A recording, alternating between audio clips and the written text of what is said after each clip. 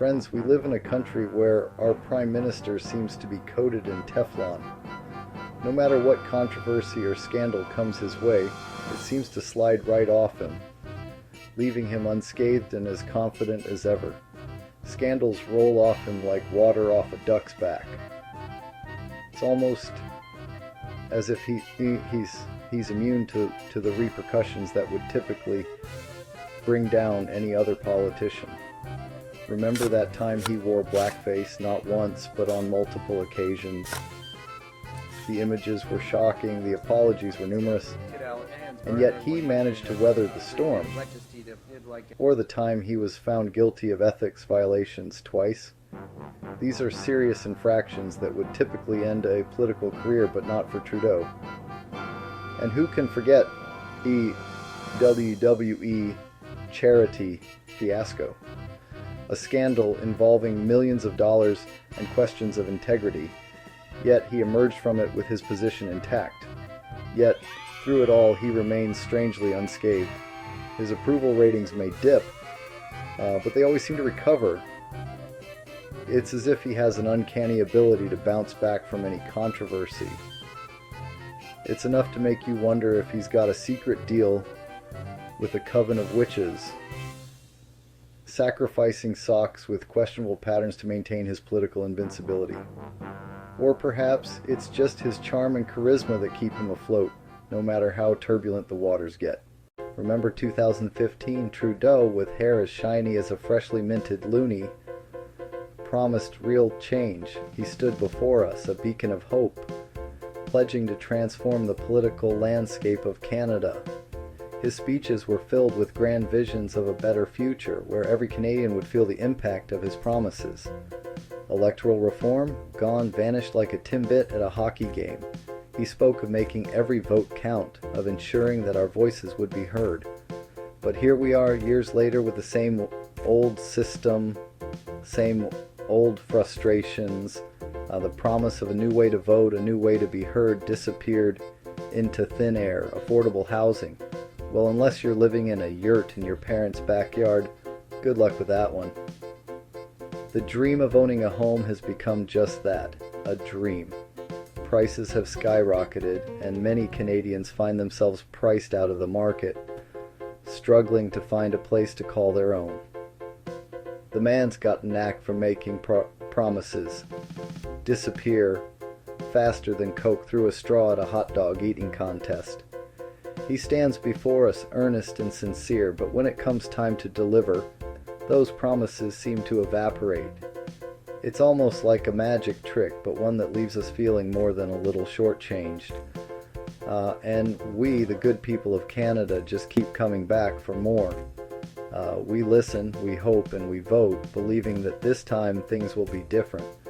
But as the years go by, we find ourselves wondering if real change is just another vanishing promise. Legalizing cannabis sounds like a good time, right? Well, tell that to the black market, still thriving like a raccoon in a compost bin. And don't even get me started on the opioid crisis, decriminalization. More like a national game of how many Canadians can we accidentally over-medicate. It's like watching a monkey trying to assemble a bicycle, entertaining for a while, but eventually you realize there's no progress and nothing gets done. Here's the real kicker. Despite this litany of blunders, Trudeau's opponents are somehow painted as the bad guys. They dare to question his policies, his judgment, his questionable fashion choices. The audacity. It's enough to make you wonder if there's something in the water here in Ottawa. Maybe it's all the tears of frustrated Canadians mourning the loss of their hard-earned tax dollars.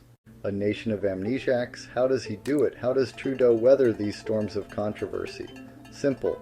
We, the Canadian public, have the attention span of a goldfish in a disco. We forget about the scandals, the broken promises, the questionable dance moves. We're too busy apologizing for things that aren't our fault and saying "A" at the end of every sentence to hold our leaders accountable. The price of complacency. But here's the thing, people, this isn't a joke anymore.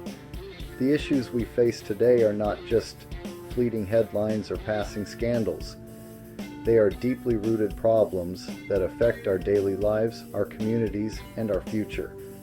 Well, okay, it's a little bit funny. We often find humor in the absurdity of it all, in the way our leaders fumble and bumble through their responsibilities. But beneath the surface of this comedic tragedy lies a serious issue. It's not just about laughing at the incompetence. It's about recognizing the impact it has on our lives. When we become complacent, when we accept mediocrity and scandal as the norm, we do a disservice to ourselves and to our country. We deserve better.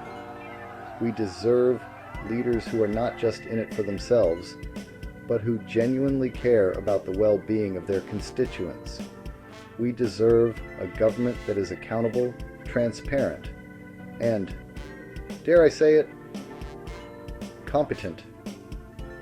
A government that listens to its people, that acts with integrity, and that strives for excellence.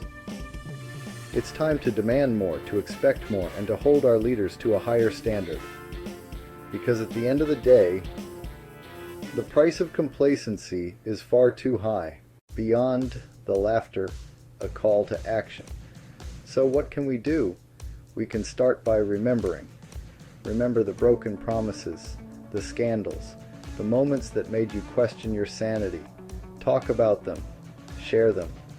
Don't allow friends and family dissuade you. Don't let them be swept under the rug of political expediency. Let's hold our leaders accountable with our voices, our votes, and maybe even a few well-placed tweets and comments. The legacy of a selfie king. The Trudeau era will be remembered for many things, the selfies, the socks, the scandals. Nothing important, however, but let's not let it be remembered for apathy. Let's remember this era as a time when Canadians woke up, smelled the political coffee, and decided to demand better.